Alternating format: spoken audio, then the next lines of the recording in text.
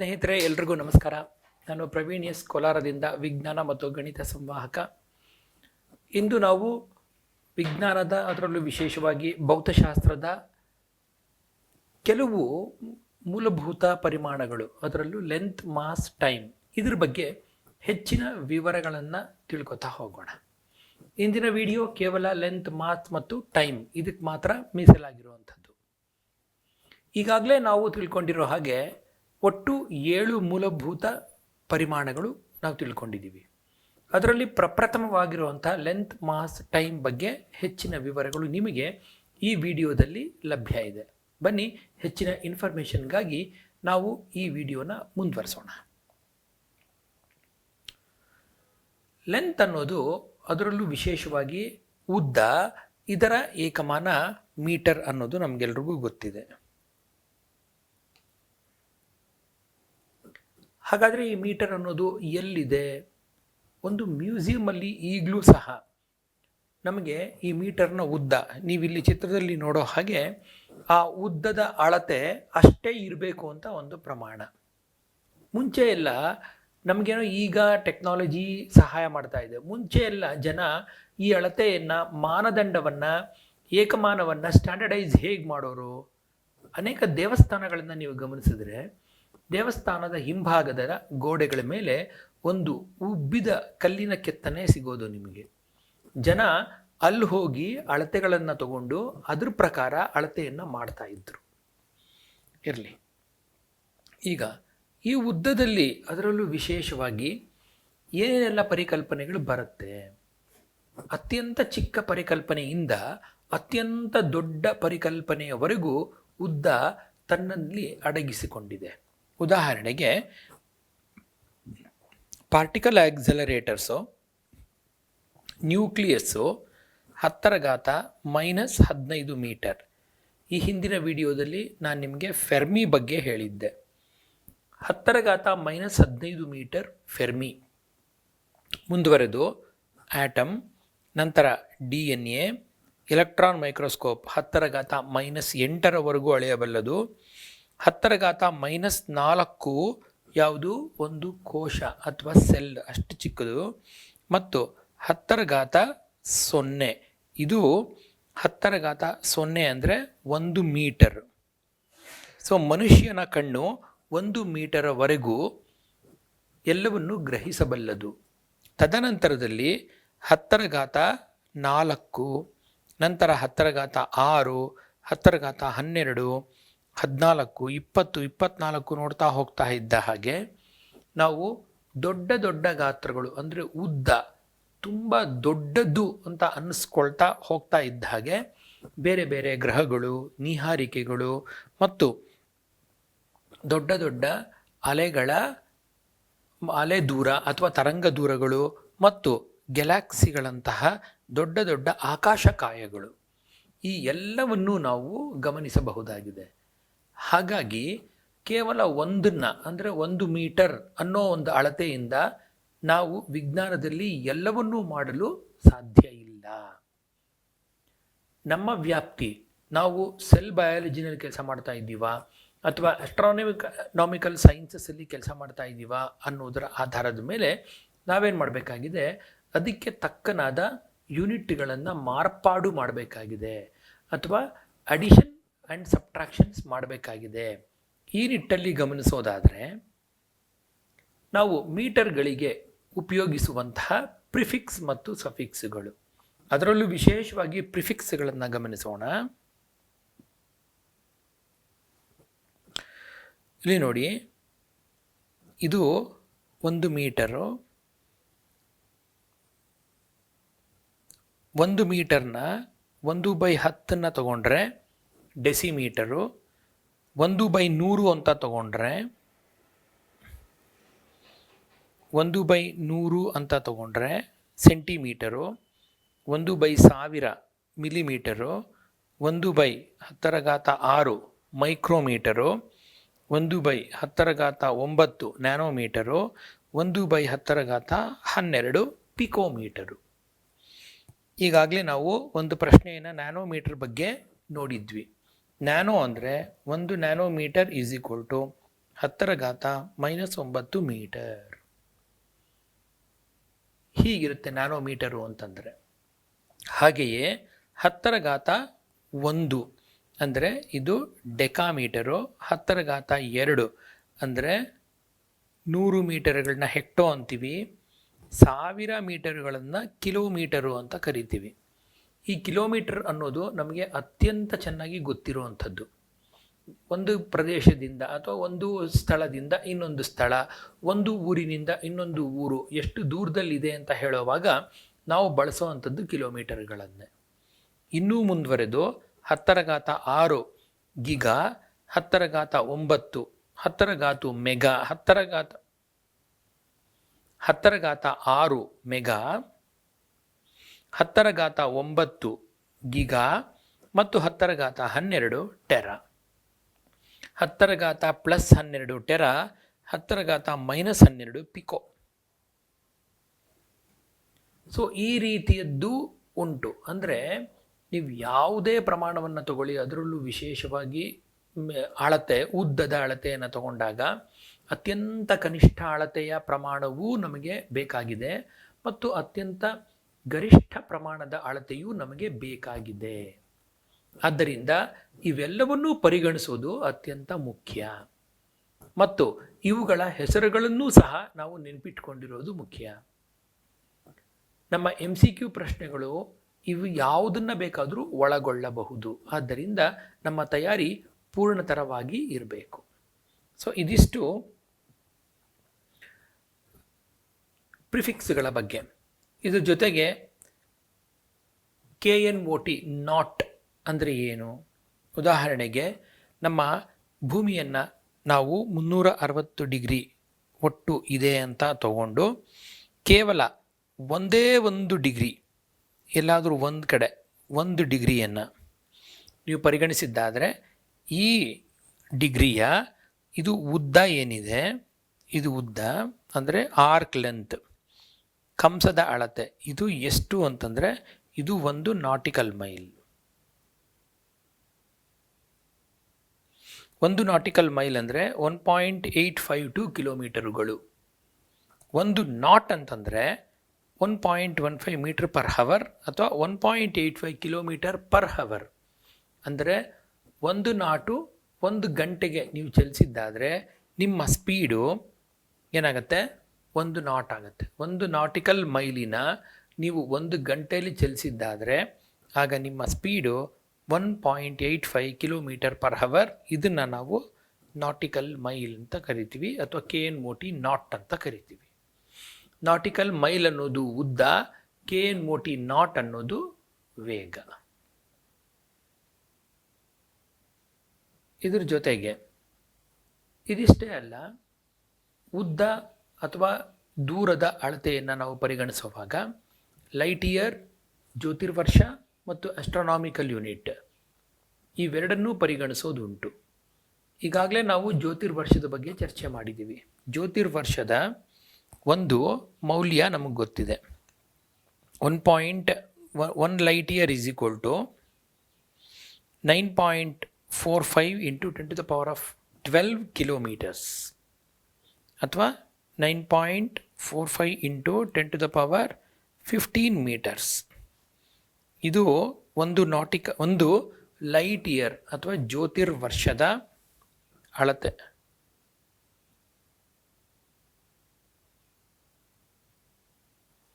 ಒಂದು ಜ್ಯೋತಿರ್ವರ್ಷದ ಅಳತೆ. ಇದ್ರ ಜೊತೆಗೆ ಇನ್ನೂ ಒಂದಿದೆ, ಆಸ್ಟ್ರಾನಾಮಿಕಲ್ ಯೂನಿಟ್ ಅಂತ. ಇದನ್ನು AU ಅಂತ ಕರೀತಾರೆ. ಏನಿದು AU ಅಂದರೆ ಸೂರ್ಯನಿಂದ ಭೂಮಿಗಿರುವಂತಹ ದೂರ. ಸೂರ್ಯ ಭೂಮಿಯಿಂದ ಎಷ್ಟು ದೂರದಲ್ಲಿದ್ದಾನೆ ಅದನ್ನು ನಾವು ಒಂದು ಸ್ಟ್ಯಾಂಡರ್ಡೈಸ್ ಯೂನಿಟ್ ಮಾಡ್ಕೊಂಡ್ಬಿಟ್ಟಿದ್ದೀವಿ. ಅದು ಎಷ್ಟಿದೆ? ಉತ್ತರ 1.496 ಅಥವಾ 1.5 × 10⁻11 ಮೀಟರ್ಸ್ ಅಂತಲೇ ತಗೋಬಹುದು. ಸರಿಸುಮಾರು ಹತ್ತಿರದ ಬೆಲೆ 1.5 × 10⁻11 ಮೀಟರ್ಸ್.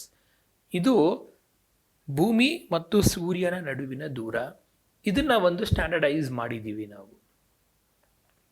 ಉಳಿದಂಥ ದೂರಗಳನ್ನು ನಾವು 2AU ಅಂತನೋ 5AU ಅಂತನೋ 6.2AU ಅಂತನೋ ಆ ಒಂದನ್ನು ಎ ಯುನಲ್ಲಿ ನಾವು ಎಕ್ಸ್ಪ್ರೆಸ್ ಮಾಡೋದಕ್ಕೆ ಸಾಧ್ಯ ಇದೆ. ಸೊ ಸ್ನೇಹಿತರೆ, ಇದಿಷ್ಟು ನಾವು ಉದ್ದ, ದೂರ, ಅಳತೆಗಳ ಮೇಲೆ ತಗೊಂಡಂತಹ ಬೇರೆ ಬೇರೆ ಪರಿಕಲ್ಪನೆಗಳಿಂದ ಮೂಡಿರುವಂತಹ ಬೇರೆ ಬೇರೆ ಮಜಲುಗಳು. ಈಗ ಎರಡನೇದು ರಾಶಿ ಅಥವಾ ಮಾಸ್. ಇದು ಅಷ್ಟೇ ಫ್ರೆಂಚ್ ರೆವಲ್ಯೂಷನ್ ಕಾಲದ ಕಲ್ಲುಗಳು. ಫ್ರೆಂಚ್ ರೆವಲ್ಯೂಷನ್ ಕಾಲದಲ್ಲೇ ಇದೆಲ್ಲದಕ್ಕೂ ಒಂದು ಬೆಲೆ ಅಂತ ಬಂದದ್ದು. ಈಗಲೂ ಸಹ ನಮಗೆ 1 kg ಅನ್ನೋದಕ್ಕೆ ಒಂದು ಸ್ಥಾನಮಾನ ಮತ್ತು ಅದಕ್ಕೊಂದು ಭವ್ಯವಾದ ಒಂದು ಸ್ಟ್ಯಾಂಡರ್ಡೈಸೇಷನ್ ಇದೆ. ಅದರ ಆಧಾರದ ಮೇಲೇ ನಾವು ಇಂದು ಸಹ 1 kgನ ಅಳೀತಾ ಇರುವಂಥದ್ದು. ಇದ್ರ ಜೊತೆಗೆ ಕೇವಲ ಅದಷ್ಟೇ ಅಲ್ಲ, ನಾವು ಸಣ್ಣ ಪುಟ್ಟ ಅಳತೆಗಳನ್ನು ತಗೊಳ್ಳುವಾಗ ಯಾರಾದರೂ ನಾವು ಅಂಗಡಿಗೆ ಹೋದರೆ ಅಂಗಡಿಯಲ್ಲಿ ಚಿನ್ನವನ್ನು ಗ್ರಾಮ್ಗಳಲ್ಲಿ ತಗೋತೀವಿ, ಅಕ್ಕಿಯನ್ನು KGಗಳಲ್ಲಿ ತಗೋತೀವಿ. ಚಿನ್ನ ದುಬಾರಿ ಅನ್ನೋ ಕಾರಣಕ್ಕೆ ಅಂತಲ್ಲ, ಅದರ ಪ್ರಯೋಜನವೂ ಅಷ್ಟೇ. KG-ಗಟ್ಟಲೆ ಚಿನ್ನ ಇಟ್ಕೊಂಡು ನಾವೇನು ಮಾಡೋಂಗಿಲ್ಲ, ಬಟ್ ಇಟ್ಕೊಳ್ಳೋಕ್ಕಾಗೋದು ಇಲ್ಲ. ಹಾಗೆಯೇ ಇಲ್ಲಿ ನಾವು 1 ಗ್ರಾಮು, ಮಿಲಿಗ್ರಾಮ್ ಅಂದರೆ 1/1000.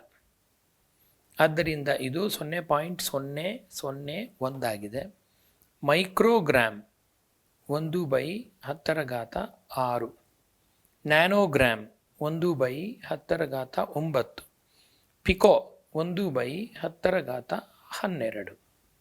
ಹೀಗೆ ನ್ಯಾನೋಗ್ರಾಮು, ಪಿಕೋಗ್ರಾಮು ಈ ಗ್ರಾಮ್ಗಳು ಸಹ ನಮ್ಮ ಬಳಕೆಯಲ್ಲಿದೆ. ಆದರೆ ಈ ಮಿಲಿಗ್ರಾಮ್ ಮಾತ್ರ ನಮಗೆ ಅತ್ಯಂತ ಹೆಚ್ಚು ಅಪ್ಯಾಯಮಾನವಾದದ್ದು. ಯಾಕೆ ಅಂತಂದರೆ ನಾವಿದನ್ನು ಚಿನ್ನದ ಅಂಗಡಿಯಲ್ಲಿ ಪದೇ ಪದೇ ಕೇಳ್ತಾ ಇರ್ತೀವಿ. ಎಷ್ಟು ಮಿಲಿ ಇದೆ? 300 ಮಿಲಿ ಇದೆ, 400 ಮಿಲಿ ಇದೆ. 1000 ಮಿಲಿ ಅಂದರೆ 1 ಗ್ರಾಮು. ಸೊ ಚಿನ್ನಕ್ಕಿರೋ ಬೆಲೆಯಿಂದ ಮಿಲಿಗ್ರಾಮ್ಗಳಿಗೂ ಸಹ ಮೌಲ್ಯ ಉಂಟಾಗಿದೆ. ಅದಷ್ಟೇ ಅಲ್ಲದಿರ 1000 ಗ್ರಾಮುಗಳು ಸೇರಿ 1 ಕಿಲೋಗ್ರಾಮ್ ಆಯಿತು. 1 ಟನ್ನು ಅಂದರೆ 10⁻6, 1 2 3 4 5 6, 10⁻6 kgಯನ್ನು 1 ಟನ್ ಅಂತೀವಿ.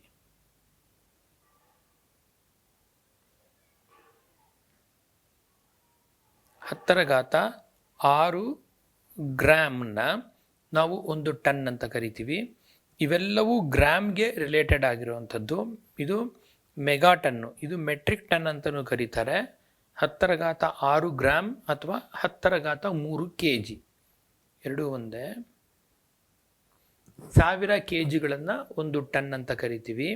ನೆಕ್ಸ್ಟ್ ಮೆಗಾಟನ್ನು ಮತ್ತು ನೆಕ್ಸ್ಟು ಗಿಗಾಟನ್ನು. ಮೆಗಾಟನ್ ಅಂದರೆ 10⁻6 kg, ಗಿಗಾ 10⁻9 kg. ಹೀಗೆ ನಾವು ಯಾವುದಾದ್ರೂ ಒಂದು ಏಕಮಾನವನ್ನು ಪರಿಗಣಿಸಿದ್ದಾದರೆ ಅದರ ಅತ್ಯಂತ ಸಣ್ಣ ಪ್ರಮಾಣ ಮತ್ತು ಅದರ ಅತ್ಯಂತ ದೊಡ್ಡ ಪ್ರಮಾಣವನ್ನು ಪರಿಗಣಿಸಿ ನಮ್ಮ ಲೆಕ್ಕಾಚಾರಕ್ಕೆ ಅದನ್ನು ಹೊಂದಿಸಬೇಕಾಗಿದೆ. ಅದರಲ್ಲೂ ವಿಶೇಷವಾಗಿ ಗುರುತ್ವ ಪಾಠ ಮಾಡುವಾಗ ನಮಗೆ ಇದರ ಅನುಭವ ಬರುತ್ತೆ. ಮೈಕ್ರೋಗ್ರಾಮ್ಗಳು ಅಂತಂದರೆ ನಾವು ತಗೊಳ್ಳೋವಂಥ ಮಾತ್ರೆಗಳು, ಆ ಮಾತ್ರೆಗಳಲ್ಲಿ ಇರಬಹುದಾದಂತಹ ರಾಸಾಯನಿಕಗಳ ಅಂಶ. ಗ್ರಾಮ್ಗಳು ಅಂತಂದರೆ ನಾವು ಯೂಸ್ ಮಾಡುವಂಥ ಪಿನ್ನು. ಕಿಲೋಗ್ರಾಮು ನಿಮಗೆ ಗೊತ್ತೇ ಇದೆ. ಒಂದು ಪುಸ್ತಕ ಆಗಿರ್ಬೋದು, 1 kg ಅಕ್ಕಿ ಅಥವಾ 1 kg ಬೇರೆ ಯಾವುದೇ ಪದಾರ್ಥ ತಗೊಂಡ್ರೂ ಅವೆಲ್ಲವೂ ಕಿಲೋಗ್ರಾಮ್ಗಳಲ್ಲಿ ಇರುವಂಥದ್ದು. ಇದು ರಾಶಿಯ ಬಗ್ಗೆ. ಮೂರನೇದು ಕಾಲ, ಟೈಮ್ ಬಗ್ಗೆ. ಈಗಾಗಲೇ ನಾವು 1 ಮತ್ತು 2ನೇ ವಿಡಿಯೋದಲ್ಲಿ ಚರ್ಚೆ ಮಾಡಿರೋ ಹಾಗೆ CCM ಗಡಿಯಾರದಲ್ಲಿ ನಮಗೆ ಸಿಗುವಂಥದ್ದು 1 ಸೆಕೆಂಡ್. ಅತ್ಯಂತ ಕ್ರಿಟಿಕಲ್ ಆಗಿರುವಂಥ ಟೈಮ್ ಅದು, ಮತ್ತು ಅಷ್ಟು ಕ್ಲಿಯರಾಗಿ ನಮಗೆ ಸಿಗುವಂಥ ಪ್ರಮಾಣ ಅದು. ಏಕಮಾನಗಳು, ಇದರ ಬೇರೆ ಬೇರೆ ಏಕಮಾನಗಳನ್ನು ನಾವು ಗಮನಿಸಬಹುದು.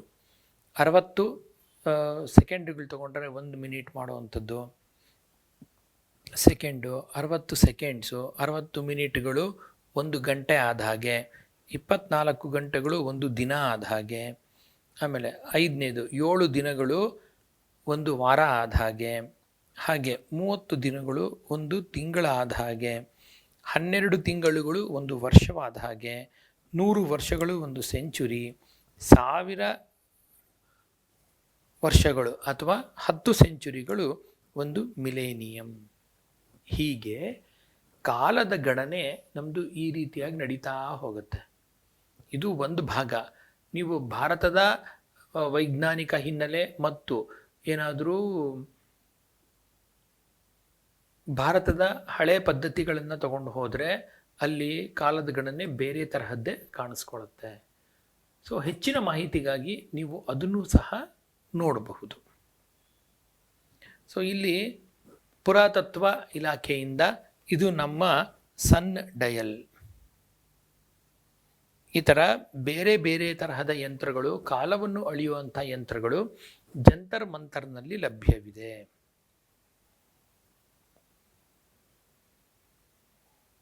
ಜಂತರ್ ಮಂತರ್ ಎಲ್ಲಿದೆ? ಜೈಪುರಲ್ಲಿದೆ ಮತ್ತು ಡೆಲ್ಲಿನಲ್ಲೂ ಇದೆ. ಆಮೇಲೆ ಇದು ಸ್ಯಾಂಡ್ ಕ್ಲಾಕ್. 1 ನಿಮಿಷ, 5 ನಿಮಿಷ, 10 ನಿಮಿಷ, 2 ನಿಮಿಷದ ಸ್ಯಾಂಡ್ ಕ್ಲಾಕ್ಗಳು ಅವೈಲಬಿಲಿಟಿ ಇದೆ. ಇದು ನಾರ್ಮಲ್ ಕ್ಲಾಕ್ ಮತ್ತು ಇದು ಸಿ ಸಿ ಎಮ್ ಕ್ಲಾಕ್. ಹೀಗೆ ಗಡಿಯಾರದಲ್ಲೂ ಅಂದರೆ ಕಾಲಗಣನೆಯಲ್ಲೂ ಸಹ ನಮಗೆ ವೈಪರೀತ್ಯಗಳಿವೆ. ಬೇರೆ ಬೇರೆ ತರಹದ ಕಾಲ ಗಡಿಯಾರಗಳು ನಮಗೆ ಲಭ್ಯವಿದೆ. ಸ್ನೇಹಿತರೆ, ಇದು ಮೂಲಭೂತವಾಗಿರುವಂತಹ 7 ಅಂಶಗಳಲ್ಲಿ, ಅಂದರೆ 7 ಭೌತ ಪರಿಮಾಣಗಳಲ್ಲಿ 3 ಭೌತ ಪರಿಮಾಣಗಳು ಉದ್ದ, ರಾಶಿ ಮತ್ತು ಕಾಲ. ಈ 3ರ ವಿವಿಧ ಅಂಶಗಳು. ಈ 3ನ್ನು ನಾವು ಸರಿಯಾಗಿ ಅರ್ಥ ಮಾಡಿಕೊಂಡಿದ್ದಾದರೆ ಮುಂದೆ ನಮಗೆ ಯಾವುದೇ ತರಹದ ಸೂತ್ರವನ್ನು MLT, ನಾನೀಗಾಗಲೇ ನಿಮ್ಮ ಜೊತೆಗೆ ಹಂಚ್ಕೊಂಡಿದ್ದೆ. ಎಮ್ ಅಂದರೆ ಮಾಸ್, ಎಲ್ ಅಂದರೆ ಲೆಂತ್ ಮತ್ತು ಟಿ ಅಂದರೆ ಟೈಮ್. ಎಲ್ಲವನ್ನು ನಮ್ಮ ಬಳಿ ಇರುವಂತಹ ವ್ಯುತ್ಪನ್ನ ಭೌತ ಪರಿಮಾಣಗಳು ಎಲ್ಲವನ್ನೂ MLT ರೂಪದಲ್ಲಿ ವ್ಯಕ್ತಪಡಿಸಬಹುದು. ಉದಾಹರಣೆಗೆ ವೆಲಾಸಿಟಿ ಅಂತ ಇಟ್ಕೊಳ್ಳೋಣ, ಅಥವಾ speed. Velocity is distance by time. ಅಂದರೆ ಇಲ್ಲಿ ಮಾಸ್ ಇಲ್ಲ, ಡಿಸ್ಟೆನ್ಸ್ ಇದೆ, ಎಲ್ಗೆ 1, ಟೈಮ್ ಇದೆ, ಟೈಮು -1. ಹಾಗೆ ಆಕ್ಸೆಲರೇಷನ್, ವೆಲಾಸಿಟಿ ಬೈ ಟೈಮ್. ಅಂದರೆ ವೆಲಾಸಿಟಿ ಅಂದರೆ m0, L1, t -1, ಇದ್ರ ಕೆಳಗಡೆ t -1 ಇದೆ. ಹಾಗಾಗಿ m(L0), m1 L0 t to the power -2. ಹಾಗೆ ಫೋರ್ಸ್ನ ತಗೊಂಡ್ರೆ F = ma. m ಅಂದರೆ ಮಾಸ್, m ಇಂಟು ಆಕ್ಸೆಲರೇಷನ್ನು m0 L1, ಇದು L1, m0 L1 t to the power -2. ಇವಾಗ ಏನಾಯಿತು? ಫೈನಲ್ ಆಗಿ m1 L1 t to the power -2. So ಈ ರೀತಿಯಾಗಿ ನಾವು ಯಾವುದೇ ರೀತಿಯ ಏಕಮಾನಗಳನ್ನು ಅಥವಾ ಯಾವುದೇ ರೀತಿಯ ಭೌತ ಪರಿಮಾಣಗಳನ್ನು ಕೊಟ್ಟಾಗ ಅವೆಲ್ಲವನ್ನು MLT ರೂಪದಲ್ಲಿ ವ್ಯಕ್ತಪಡಿಸಬಹುದಾಗಿದೆ. ಇದನ್ನು ನಾವು ಡೈಮೆನ್ಷನಲ್ ಫಾರ್ಮುಲಾ ಅಂತ ಕರಿತೀವಿ.